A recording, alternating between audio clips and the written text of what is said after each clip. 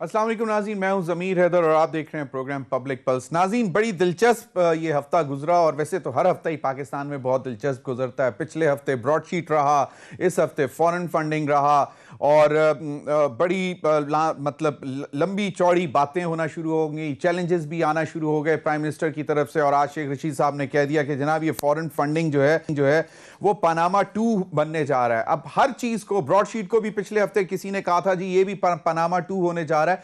Panama 2 क्या बना? Panama 2 तो अभी वहीं का वहीं पे है, बनेगा जब जब किसी को कोई सजा होगी। अभी तक तो पनामा 2, पनामा में ही, ओरिजिनल पनामा में ही कुछ नहीं हुआ, तो पनामा 2, पनामा 3 ये आते रहेंगे और हम सुनते रहेंगे। कभी ब्रॉडशीट पनामा 2 होगा, कभी फॉरेन फंडिंग पनामा 3 होगा और उसके बाद फिर और जो केसेस चल रहे हैं। लेकिन जो सबसे बड़ा केस था वो नाअहली एक अकामे पे हुई, जो पनामे से बात शुरू हुई और अकामे पे ख़त्म हुई। तो अल्लाह करे ये वाकई पनामा हो, पनामा में बाकायदा फैसले हों तो हमें फिर कुछ उम्मीद होगी।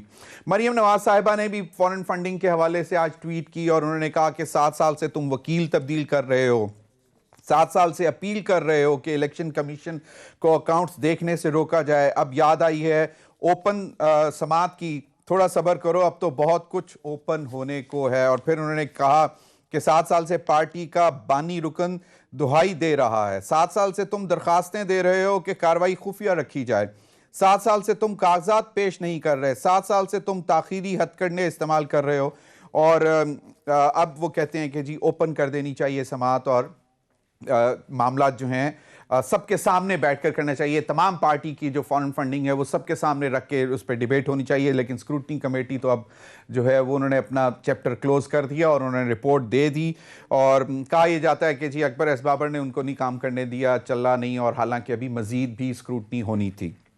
मैं अक्सर ये कहता हूं कि ये मामला इलेक्शन कमीशन में कोई भी होता है तो अगर उससे कोई फैसला आ भी जाता है तो उसके बाद फिर फोरम अवेलेबल हैं, जिस तरह हाई कोर्ट्स हैं, फिर सुप्रीम कोर्ट है, वहां पे जाके अल्टीमेट फैसले होते हैं। लेकिन एहसन इकबाल साहब ने अपना फैसला सुना दिया था। उन्होंने कहा था कि जनाब जिस दिन इलेक्शन कमीशन से फैसला आ जाता है उसी दिन ये पार्टी नाअहल हो जाती है और तमाम मामला जो हैं वो ख़त्म हो जाते हैं, हुकूमत भी घर चली जाती है। इस पर भी बात करेंगे।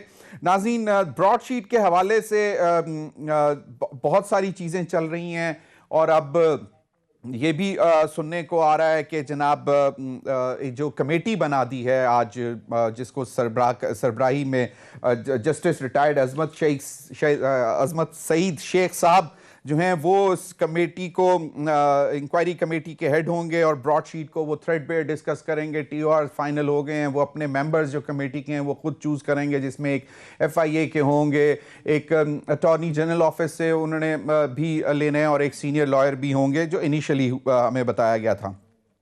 अब कहा यह जा रहा है कि शायद जस्टिस रिटायर्ड अजमत सईद शेख साहब भी एक टाइम पर नैब में खुद रहे हैं, तो अब कॉन्फ्लिक्ट ऑफ इंटरेस्ट के हवाले से भी सवालात उठने शुरू हो गए हैं। लेकिन उनकी इंटेग्रिटी के ऊपर क्वेश्चन नहीं किया जा सकता, वो एक बहुत ऑनरेबल जस्टिस रहे हैं और हम तवक्को यही है कि वो इसको थ्रेडबेयर डिस्कस करेंगे। और ब्रॉडशीट के मामले में कहाँ से शुरू हुआ वो तो चलो सबको मालूम है, लेकिन जहाँ पे ख़त्म हुआ वो पैसे कितने दिए, क्यों दिए, कैसे दिए, और उसके बाद जो वो कावे मुआसवी साहब कहते हैं कि जनाब $1 अरब की इंफॉर्मेशन मैंने दी, वो भी क्या यही कमेटी इन्वेस्टिगेट करेगी, इंटेरोगेट करेगी?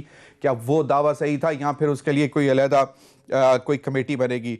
दूसरा नाज़रीन, आज उमर अयूब साहब मिनिस्टर फॉर एनर्जी और उनके साथ जो special assistant to prime minister Tabish Gauhar sahab ने प्रेस कॉन्फ्रेंस की और उन्होंने बताया कि जनाब ₹1 जो 95 पैसे पर यूनिट, ₹1.95 पर यूनिट जो है वो बढ़ गया हुआ है, रेट आज से बढ़ा दिया। और हमारी इतलात ये हैं, बल्कि हमारे रिपोर्टर राजा उस्मान साहब मुझे आज शाम को बता रहे थे कि जनाब अभी हौसला करें, तसल्ली रखें, क्योंकि 27 जनवरी के बाद शायद आपको एक और इतला मिलेगी कि ₹1.80 फी यूनिट मजीद बढ़ाया जाएगा और वो होगा फ्यूल प्राइस एडजस्टमेंट के मद में। और ये भी बता रहे थे मुझे हमारे रिपोर्टर के जनाब आइंदा महीने यानी कि 1 फरवरी से शायद तेल की कीमतों में भी दोबारा इजाफा किया जाएगा। तो महंगाई एक सवाल है। उसके बाद आज उन्होंने ये कहा, जो सबसे खूबसूरत बात की उमर अयूब साहब ने वो ये थी कि उन्होंने बताया कि कैपेसिटी पेमेंट्स और वो जो सर्कुलर डेट का जो मामला है, उन्होंने कहा कि these are land mines that the previous government gifted our nation. ये उमर अयूब साहब ने कहा। इन तमाम मामलात पर बात करने के लिए मेरे साथ मौजूद हैं मज़हर अब्बास साहब, सीनियर जर्नलिस्ट हैं। बहुत बहुत शुक्रिया मज़हर भाई आपका, आपने ज्वाइन किया मुझे। महमल सरफराज, जानी पहचानी शख्सियत, बल्कि दोनों ही माशाल्लाह एक ही प्रोग्राम के मारूफ तजियाकार हैं। बहुत बहुत शुक्रिया महमल सरफराज आपका भी। मज़हर भाई, आपसे बात शुरू करने से पहले जो शेख रशीद साहब ने आज बात की, उन्होंने काफ़ी सारी बातें मिक्स कर दी। उन्होंने मौलाना फजलुर रहमान साहब के हवाले से भी बात की, जो कि कराची में आज आपके पास मौजूद थे। वहाँ पे उन्होंने आज एक बहुत बड़ा शो किया। कहा गया कि पीडीएम की प्लेटफॉर्म से इजराइल नामंजूर रैली थी, लेकिन हमें ज़्यादातर सिर्फ JUI फे के लोग ही नज़र आए क्राउड में। स्टेज पर तो शायद खाकान अब्बासी साहब भी थे और उन्होंने कहा कि ऐसा माहौल बनाया जा रहा है कि शायद आपको इसराइल को तस्लीम करना नागुज़ीर हो जाए। लेकिन तो ये ज़रा सुन लें कि जो शेख रशीद साहब ने जो बात की वो ज़रा सुन लें। जी मज़हर अब्बास साहब, एक तो ये कि मौलाना फजलुर रहमान साहब को किस तरह ये नुकसान पहुंचा सकती हैं दोनों बड़ी पार्टियां। वो तो एक पहले भी एक रैली लेके इस्लामाबाद पहुंचे, उसके बाद फिर कामयाब हो गए इन सबको इकट्ठा करने के लिए। अब तो वो पीडीएम के सरबराह हैं। तो शेख रशीद साहब कह रहे हैं कि ये दोनों पार्टियां उनको इस्तेमाल कर रहे हैं। आपको भी ऐसा ही लगता है? और फिर ये वाकई फॉरेन फंडिंग केस जो है ये पनामा 2 बनने जा रहा है, आपको लगता है ऐसा? मेरा ख्याल है शेख साहब जो हो सकता है शेख साहब के पास कोई इंफॉर्मेशन हो, गालिबन हो सकता है ब्रॉडशीट से कहीं ये पनामा इसको फॉरेन फंडिंग केस को कंफ्यूज तो नहीं कर रहे, या ये कि फॉरेन फंडिंग केस के हवाले से वो ये कहना चाह रहे हो कि जिस तरह PMLN को फंडिंग हुई है उनके बकौल, उसके हवाले से वो बात कर रहे हैं। लेकिन मेरा ख्याल है ब्रॉडशीट ज़्यादा सीरियस मामला है अगर उसकी प्रॉपर इन्वेस्टिगेशन होती है बनस्बत फॉरेन फंडिंग केस में PTI का केस कमज़ोर है। लेकिन मैं ये नहीं मानता कि PTI के केस की वजह से कोई PTI पर पाबंदी लग जाएगी या इस तरह की कोई चीज़ होगी या इमरान खान जो है वो डिस्क्वालीफाई हो जाएंगे।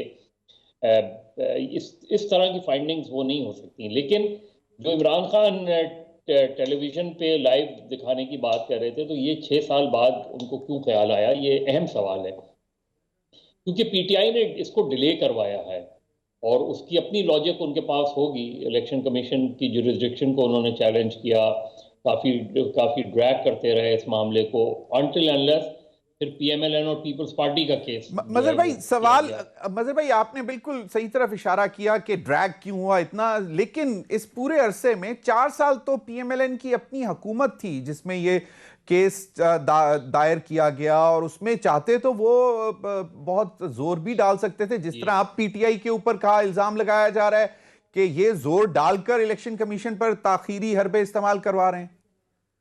जी, ये बात तो मैंने एक और शो में पहले कही थी कल परसों में कि PMLN को तो अपना जवाब ये नहीं कि वो इलेक्शन कमीशन का मामला, इलेक्शन कमीशन के अलावा वो जब इजराइल या इंडिया से जिस तरह की डूबियस फंडिंग्स की बात कह रहे हैं, तो वो तो चौधरी निसार साहब से पूछना चाहिए कि अगर ऐसी कोई थी, कोई इन्वेस्टिगेशन हुई थी, कुछ फाइंडिंग्स हुई थी इस तरह की।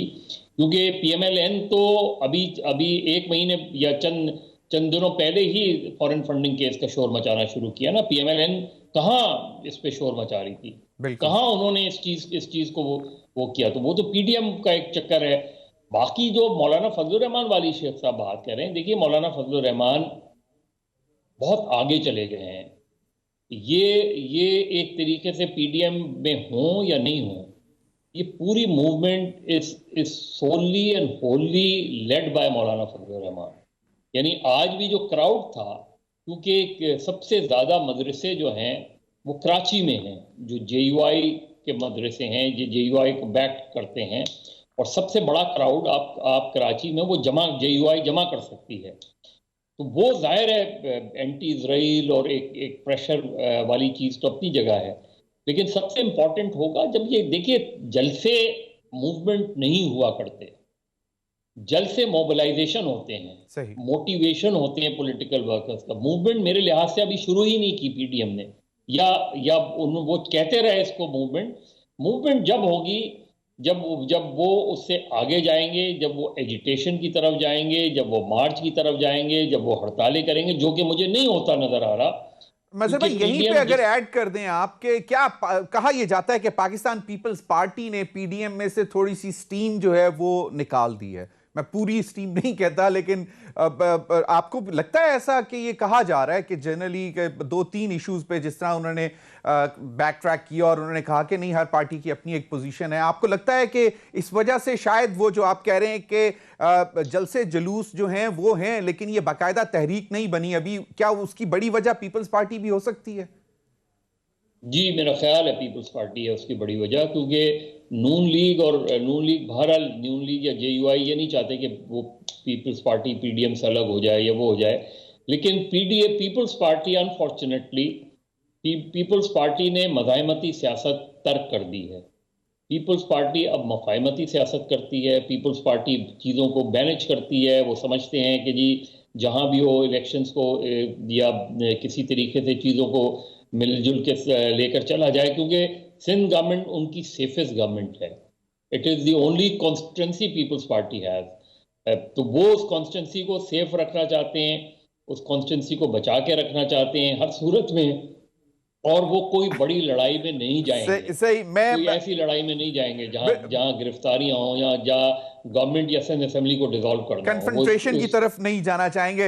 एक क्विकली एक बात बता दें, नियर फ्यूचर आपको कहीं पे पीएमएलएन में भी ये तब्दीली नजर आने की उम्मीद है मजहर भाई? क्योंकि फिर मैं महमल की तरफ जाऊंगा, उनसे पूछूंगा कि ये जिस तरह का कहा जाता है कि जी एक है लाहौर का जलसा 13 दिसंबर का इसलिए फेल हुआ क्योंकि हमजा और शहबाज शरीफ साहब ने उस तरह की मोटिवेशनल मैसेजेस जेल से नहीं दिए, तो आपको लगता है कि कहीं पे फ्यूचर में जाके पीएमएलएन की लीडरशिप या पीएमएलएन का कोई धड़ा मुफाहमती सियासत की तरफ जाएगा और नजरियाती जो उनका एक स्लोगन है वो शायद पीछे रह जाए? देखिए, शहबाज शरीफ साहब को या हमजा शहबाज को अब ये करने की जरूरत नहीं है। वो वेट एंड सी की पॉलिसी पे हैं। वो ये देखना चाह रहे हैं, क्योंकि इससे पहले नवाज शरीफ पीछे हटे थे, और जब नवाज शरीफ पीछे हटे थे तो उन्होंने शहबाज शरीफ को ये मौका दिया था जब जीटी रोड वाला मामला हुआ था। सही। तो उन्होंने कहा अच्छा तुम बातचीत करके और चीज़ों को वो करके देख लो। एक स्टेज आई जब शहबाज शरीफ उसमें कामयाब नहीं हो सके, तो अब जो है वो दोबारा फिर नवाज शरीफ और मरियम नवाज का नैरेटिव जो है वो हावी आया, और फिर शहबाज शरीफ कि जाहिर है अपने मामलात में वो नहीं आगे जा सके या नहीं कामयाबी हासिल कर सके, तो वो चुप हो गए। तो इस वक्त ये चीज चल रही है। अब देखना ये कि मार्च के बाद क्या होगा। मार्च के बाद क्या होता है, आइड्स ऑफ मार्च के बाद महमल क्या होगा, इसका आप भी जवाब दे दें, क्योंकि मजहर भाई ने कहा है, क्योंकि बहुत एक हाइप क्रिएट की गई थी कि जी पहले 31 दिसंबर, 31 जनवरी, अब 28 फरवरी और फिर उसके बाद अब मार्च की भी बात आ रही है। ये 2-3 चीजें हैं। फॉरेन फंडिंग के हवाले से आप जिस तरह कहा जा रहा है, मजहर भाई ने भी कहा है कि पीटीआई के लिए थोड़ी सी मुश्किलात हैं, और अब प्राइम मिनिस्टर इतना ओपनली कह रहे हैं कि चैलेंज कर रहे हैं कि आ जाओ, हम ओपनली बात कर लेते हैं।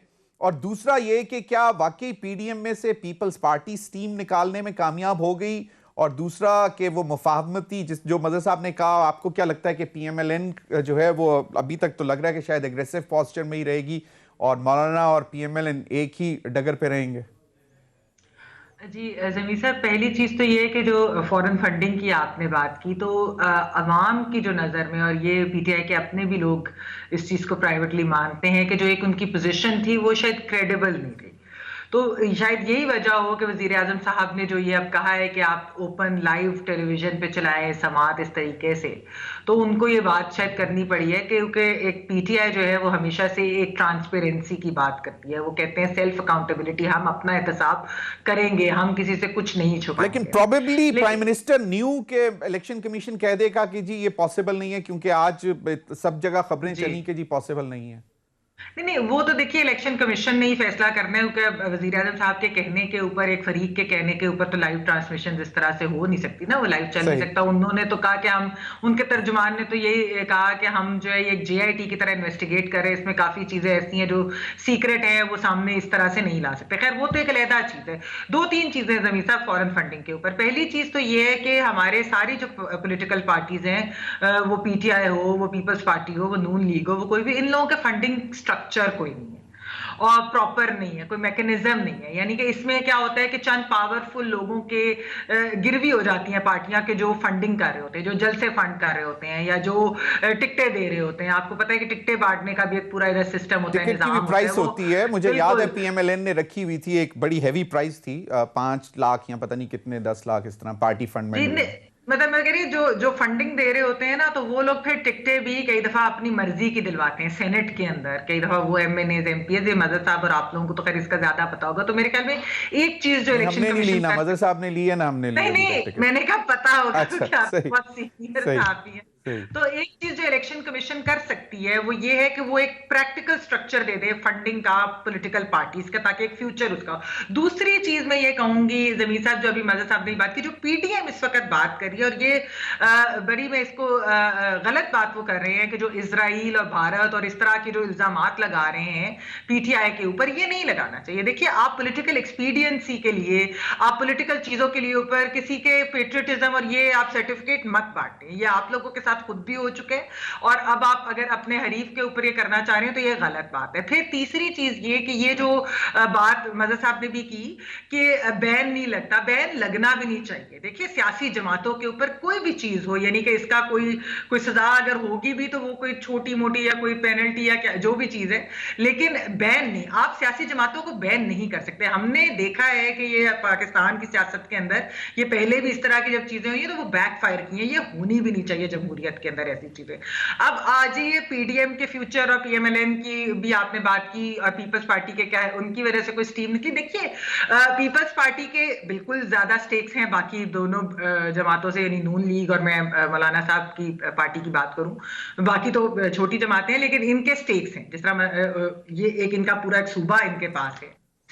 उसके अलावा ये कि सेनेट के अंदर भी एक बड़ी जमात है। अभी भी जब सेनेट के इलेक्शंस होंगे तो पीपल्स पार्टी गालिबन दूसरी बड़ी जमात होगी, तो उनके स्टेक्स बिल्कुल ज्यादा है। लेकिन एक चीज ये भी है कि नून लीग वगैरह से भी जब आप बात करें तो सेनेट के इलेक्शंस पे ये पहले भी प्राइवेटली भी पूछा, मैंने भी पूछा, और भी जर्नलिस्ट वगैरह ने पूछा इस चीज का कि सेनेट के इलेक्शंस क्या आप लोग उसको क्या इस्तीफे दे रहे हैं, उससे पहले दे रहे हैं, बॉयकॉट कर रहे हैं, इलेक्शन में हिस्सा नहीं ले रहे। तो उनका भी जो जवाब था उनके चंद लोगों का वो यही था कि इसका कोई कानूनी चाराजोई तो नहीं, मतलब हमने कानूनी अमल तो नहीं है कि हम सेनेट के इलेक्शन किसी तरीके से रोक सके।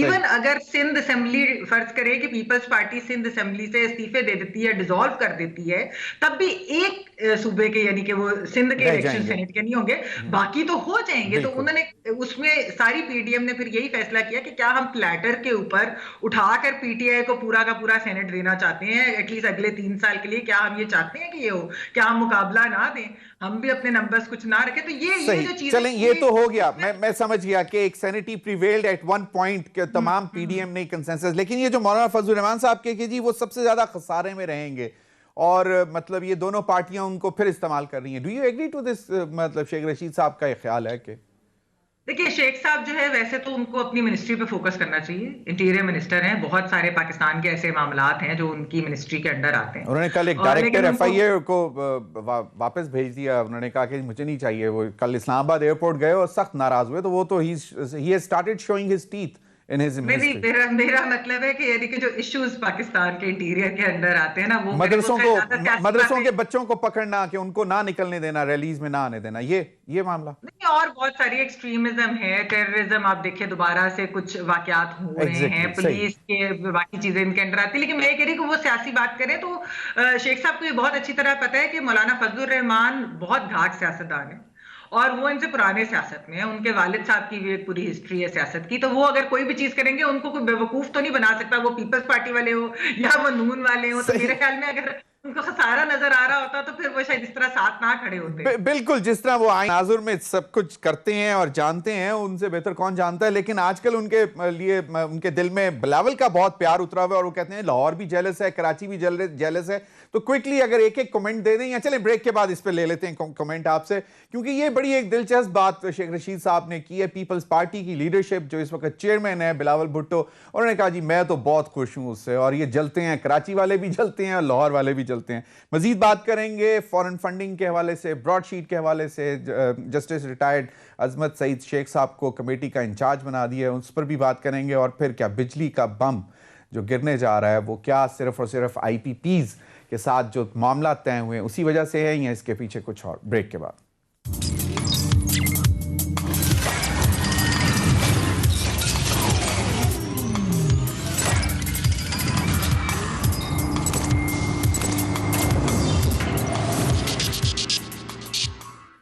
Welcome back. मजहर अब्बास साहब, ये एक बड़ी दिलचस्प सूरत हाल है। आज पब्लिक अकाउंट्स कमेटी का इजलास था जिसको हेड राना तनवीर साहब करते हैं। उन्होंने जो पाकिस्तान की बहुत सारी यहाँ पे इस्लामाबाद में जो हाउसिंग सोसाइटीज़ हैं उनको कहा कि जी उनको बुलाकर उनको फ़ाइन दें और उनको फारिग करें। और दूसरी तरफ हम ये तवक्को करते हैं कि पब्लिक अकाउंट्स कमेटी जो है वो कम से कम इन लोगों का ख्याल करेगी जिनके साथ फ्रॉड हुआ है। मतलब CDA ने पता नहीं किस किस तरह कितने कितने पैसे, आज आमिर मतीन और रऊफ क्लासरा ने अपने प्रोग्राम में इसको बहुत तफसीली जिक्र भी किया। और दूसरी जानिब एक और इंफॉर्मेशन की कमेटी है, स्टैंडिंग कमेटी, उसके भी जावेद लतीफ़ साहब हैं MNA PMLN के। वो कहते हैं कि जी जावेद इकबाल साहब को बुलाया जाए। तो पहले तो शायद इजलास में शिबली फराज साहब मान गए जो इंफॉर्मेशन मिनिस्टर हैं, बाद में उन्होंने एक मैसेज दिया कि जी ये कोई तुक नहीं बनता। तो ये है ब्रॉडशीट के हवाले से। आज जनरली ये बात हो रही थी, बल्कि अगेन मैं रेफर करूंगा कि आमिर मतीन ने कहा कि फिर जनाब पहले चेयरमैन से लेके नैब के और जो जब तक ये मामला चला है 2016-17 तक, इन तमाम जिसमें जनरल अमजद साहब हैं, जनरल हफीज़ हैं, जनरल मकबूल हैं, फिर एडमिरल फसी बुखारी और फिर कमर जमान, और सबको उन्होंने कहा कि उनको भी इस कमेटी को बुलाना चाहिए। पहले तो ये बताएं कि ये कमेटी जो है ये कुछ निकाल सकेगी ब्रॉडशीट, जिस तरह आपने कहा कि Broadsheet can actually be Panama 2। देखिए, फसी बुखारी साहब की तो खैर डेथ हो गई, लेकिन ये कि बाकी मतलब, चेयरमैन, जी हाँ मतलब बाकी चेयरमैन को बिल्कुल बुलाना चाहिए। इम्पोर्टेंट चीज़ है, उसके बगैर आप बात आगे नहीं बढ़ा सकते। इसलिए कि आपको पता होना चाहिए कि ब्रॉडशीट क्यों हुआ, ब्रॉडशीट तक कौन गया, किसके कहने पे गया। जाहिर है जनरल अमजद से ये भी पूछना चाहिए, जनरल अमजद जो छोड़ के गए थे और उसके बाद उनकी जो रेपुटेशन थी वो अच्छी क्रेडिबल जनरल की थी, और एज ए चेयरमैन नैब भी, और उससे आपको बहुत सी चीज़ें पता चल जाएंगी। मुझे नहीं पता कि इसके TOR क्या बनेंगे, जो भी जैसे सईद की कमेटी है, कमीशन है उसके, क्योंकि कमीशन ऑफ इंक्वायरी के तहत अगर ये बनाया गया है तो जाहिर है उसी के दायरा इख्तियार में रह के वो काम करेंगे, उससे हट के नहीं कर सकते। लेकिन ये it requires lot of time. मुझे नहीं पता इसको कितना टाइम मिलेगा, 3 महीने, लेकिन 45 डेज उन्होंने दिए हैं अभी। अब 45 डेज में आप क्या मालूम कर सकते हैं? 45 डेज में आप 2 चीज़ें मालूम कर सकते हैं। एक तो ये कि ये जितने चेयरमैन रहे हैं, और सबसे इंपॉर्टेंट ये कि ब्रॉडशीट से मामलात ख़त्म क्यों हुए। ज़ाहिर मुशर्रफ साहब के पीरियड में शुरू हुए और उन्हीं के पीरियड में ख़त्म हुए। तो उस दौरान फिर जब उन्होंने जो जिनके केसेस ख़त्म करवाए गए हैं, इसमें बहुत से किरदार सामने आ सकते हैं। फिर ब्रॉडशीट का अपना जो पास्ट है, इसमें तो ब्रॉडशीट का जो हेड है उसको भी बुलवाना चाहिए, उसको कम से कम अप्रोच करना चाहिए, उसका स्टेटमेंट रिकॉर्ड करना चाहिए कि वो उसका बैकग्राउंड क्या था। एक इस तरह कहते हैं कि एक डेड कंपनी थी, उसको एक नई जिंदगी मिल गई, और पाकिस्तान स्पेसिफिक बाकायदा उन्होंने ये पूरा बनाया सिलसिला। तो ये सारी चीज़ें हैं, इससे बहुत सी चीज़ें खुल सकती है।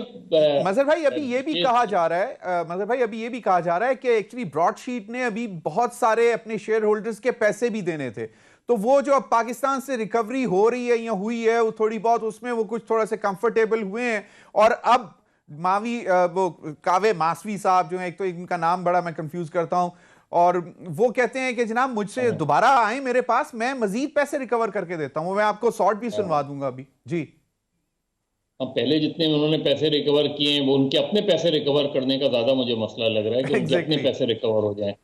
लेकिन जो शेख रशीद साहब बात करते हैं, शेख रशीद साहब सारे केसेस की बात करते हैं, असगर खान केस की बात नहीं करते, जो मेरे लिहाज से पनामा 1 था।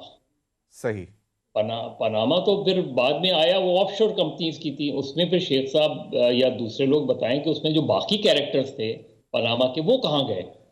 Asghar Khan case, Mehran bank scandal, फिर उसामा बिन लादेन से पैसे लेना, ये मतलब देखिए पाकिस्तान में जब आप इतने सारी चीजें करते हैं, इसका मतलब ये कि आप कुछ नहीं करना चाहते। और एक कंट्रोवर्सीज आप बना देते हैं, कंट्रोवर्सीज पे कंट्रोवर्सीज खड़ी हो जाती हैं, और इसकी बाद ये लगता है कि चलें अब आप चीज़ों को क्लोज कर दें। अगर आपने बनाना है, अगर इस तरह के देखना है कि कमीशन किस तरह बनता है, ये इंपॉर्टेंट होगा, और कितना इंडिपेंडेंट होगा, ये भी चीज़ें, क्योंकि मसला ये होता है कि हम सबके अपने अपने सच हैं। और हम जो मेरे मुताबिक होता है मैं उसको सच मान लेता हूँ। उसको सच मान लेता हूँ। एक मजहर भाई, मेरे ही साथ इंटरव्यू मंडे को कावे मौसवी का मूसवी व्हाटएवर, बहुत छोटा सा क्लिप है। मैंने उनसे सवाल किया कि जी $1 बिलियन आपने जो बताया कि सऊदी अरब से निकला, नवाज शरीफ की एडवाइस पे निकला और वो सिंगापुर पहुंचा, और कहा अब ये जा रहा है कि शायद ये वो $1 अरब है जिसको देकर वो लंदन चले गए। उसका उन्होंने जवाब क्या दिया, ये जरा आप सुन लें। देखिए, अब ये सारी चीजें जो है, अब इसमें क्योंकि क्वेश्चन मार्क हैं, इसमें बड़े बड़े सवाल हैं। एक चीज जो बहुत वादे तौर पे, आप ये सारी चीजें उठा लें, असगर खान से लेके ब्रॉडशीट तक, ब्रॉडशीट से लेके पनामा तक, इसमें एक चीज सब जगह रिवॉल्व करती है और वो है पैसा, पैसे की रेल फेल और सियासत में पैसे की इन्वॉल्वमेंट, जिसको मैं समझता हूं कि जनरल ज़िया-उल-हक के पीरियड में जो पाकिस्तान में पॉलिटिकल कल्चर करप्ट हुआ है, ये सब उसकी मिसालें हैं और ये सब उसकी शाखें हैं।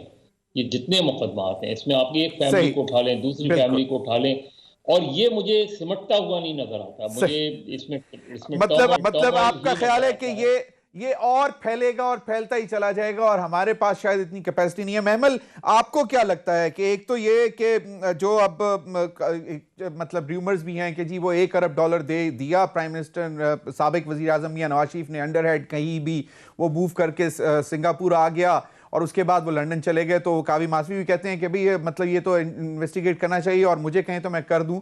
तो आपको लगता है कि इस तरफ भी हुकूमत की तवज्जो होगी? क्योंकि मेरे प्रोग्राम में उन्होंने कहा कि जी वो तो he was very foolish, barrister Shahzad Akbar, तो वो he was only interested in getting concession in award जो हम उनके खिलाफ हो रहा था।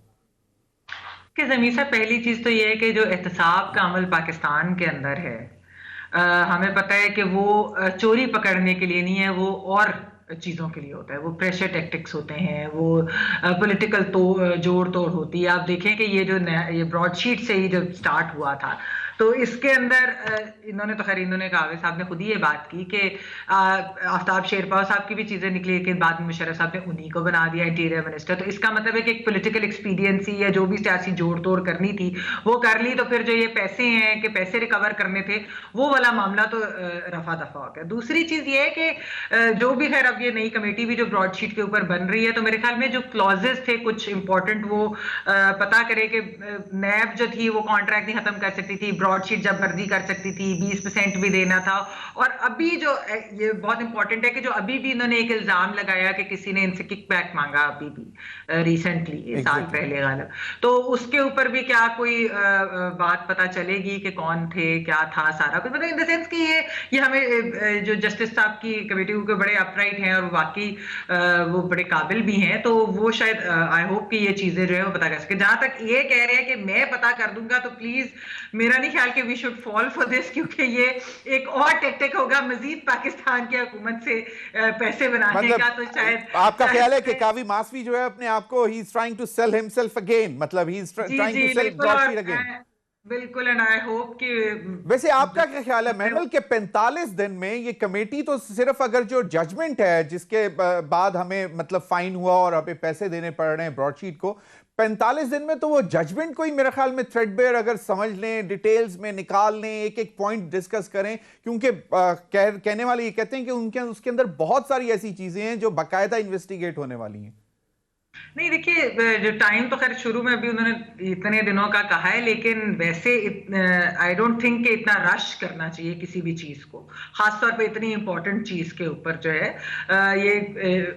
इसके ऊपर मजीद अगर वो टाइम लेना चाहे, महीना, 2 महीने, 3 महीने, जो भी है, इसके ऊपर वर्क प्रॉपर होना चाहिए। 20 साल एक चीज गुजर बहुत ज्यादा 20 साल, जहां 20 साल गुजर गए हैं वहां कुछ और भी लग जाए तो कोई फर्क नहीं पड़ता। Very right. अभी वक्त हुआ एक ब्रेक का नाज़रीन। ब्रेक के बाद जरा जाएंगे उस बिजली के जो नर्ख बढ़ाए गए हैं, और दूसरा उमर यूं साहब का कहना कि जी ये लैंड माइंस छोड़ के गई थी पुरानी हुकूमत हमारे लिए, खास तौर पर जो कि सर्कुलर डेट के हवाले से उन्होंने बात की। ब्रेक के बाद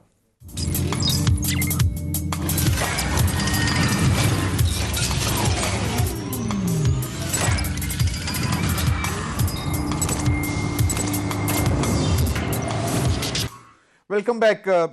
मजहर अब्बास साहब, बिजली की कीमतों में ₹1.95 इजाफा करने जा रहे हैं और इसका बोझ ज्यादा नहीं, 200 अरब रुपए पड़ेगा कौम के ऊपर बोझ। और इतलात ये हैं कि जनवरी के एंड में ₹1.80 फी यूनिट जो है वो फ्यूल प्राइस एडजस्टमेंट में दोबारा बढ़ाया जाएगा। और उन्होंने जो कहा कि कैपेसिटी चार्जेस जो कि 2023 में हमें 1455 अरब रुपए पे करने पड़ेंगे, वो लैंड माइंस हैं, यानी कि बारूदी सुरंगें हैं जो पिछली हुकूमत हमें तोहफे में देके गई हैं। क्या कहते हैं? मतलब बारूदी सुरंगों अगर पता चल जाए तो उसके बाद क्या होता है? या तो आप बारूदी सुरंगें वहां से निकालें अगर वो गलत जगह पे लगी हुई हैं, जिन लोगों ने लगाई हैं उनके खिलाफ कार्रवाई करें। उमर अयूब साहब को किसने रोका ये सारी चीजें करने पे? ये जो सियासी शोबदाबाजी होती है, इसके बजाय ठोस काम करने चाहिए। यानी ये जस्टिफिकेशन मुसलसल दी जा रही है महंगाई की कि जी महंगाई हमारी वजह से नहीं है। भाई ये 1 साल पहले तो बात समझ में आती थी। ये जो थर्ड ईयर शुरू हो रहा है इसमें ये बात नहीं होगी, क्योंकि आपने तो 2018 में 6 महीने में मुल्क को तब्दील करने का वादा किया था। नहीं करते ये वादा, नहीं हाइप क्रिएट करते, नहीं लोगों को बोलते, लोगों को ज़हनी तौर पे तैयार करते, लोगों को बताते कि ये प्रॉब्लम्स हैं। ये क्यों दावे किए गए इलेक्शन के कैंपेन के दौरान कि 90 रोज में और 6 महीने में मैं पाकिस्तान का नक्शा तब्दील कर दूंगा? हमें भी पता था नहीं करते थे, आपको भी पता था नहीं कर सकते। तो ये जो एग्रीमेंट्स हैं बिल्कुल IPPs के मामला गड़बड़ हैं, इसमें कोई शक नहीं है, ये सारी चीजें। लेकिन 2.5 साल में आपने फिर किया क्या? और फिर सर्कुलर डेट जो है मजहर भाई, मतलब वो तो अब पता नहीं कितने ट्रिलियन पे जा चुका हुआ है। अब उसका लोगों को ये क्यों कहा जाए? लोगों को ये कीमतें बढ़ा के तो लोगों को तो उससे बारूदी सुरंगों पे खड़ा कर दिया गया है। अब मतलब जो बारूदी सुरंगें फटेंगी कीमतें बढ़ने की सूरत में, तो उसमें कैजुअलिटीज तो सिर्फ अवाम होंगे। सही, और जिनको मुसलसल किया जा रहा है। बिल्कुल बिल्कुल। मैमल आपकी तरफ आता हूं। 450 अरब इस साल IPPs को देने हैं इन्होंने, और वो क्लेम ये है कि 836 अरब आइंदा 20 साल हमें बचत होगी जो आज IPPs के साथ हम MOU साइन करने जा रहे हैं। तो it's a very good deal मेरे हिसाब में। और वो कहते हैं कि इसकी वजह से कुछ सालों बाद 1 से 2 रुपए बचत भी हो जाएगी, कमी हो जाएगी टैरिफ में। तो it's a good news for मतलब अवाम के लिए अच्छी खबर है।